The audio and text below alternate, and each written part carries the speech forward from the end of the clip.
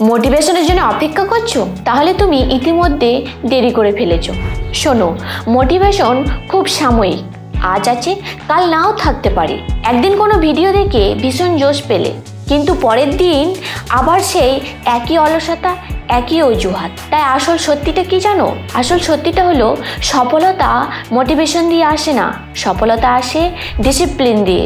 Motivation বলবে আজ না কাল থেকে শুরু করব, কিন্তু ডিসিপ্লিন বলবে মন না চাইলেও আজকেই শুরু করতে হবে। প্রতিদিন যখন একই কাজ করে যাবে, ভালো লাগুক বা না লাগুক, ঠিক তখনই তুমি সবার থেকে আলাদা হয়ে যাবে। কারো বেশি মোটিভেশন আছে বলে সেই যেতে তা না, যে নিজের ডিসিপ্লিনটাকে ধরে রাখতে পারে শেষ পর্যন্ত সেই যেতে। তাই মোটিভেশনের পেছনে না দৌড়ে নিজের ডিসিপ্লিন তৈরি করো, কারণ মোটিভেশন তো তোমাকে শুরু করাবে, কিন্তু ডিসিপ্লিন তোমাকে শেষ পর্যন্ত পৌঁছে দেবে।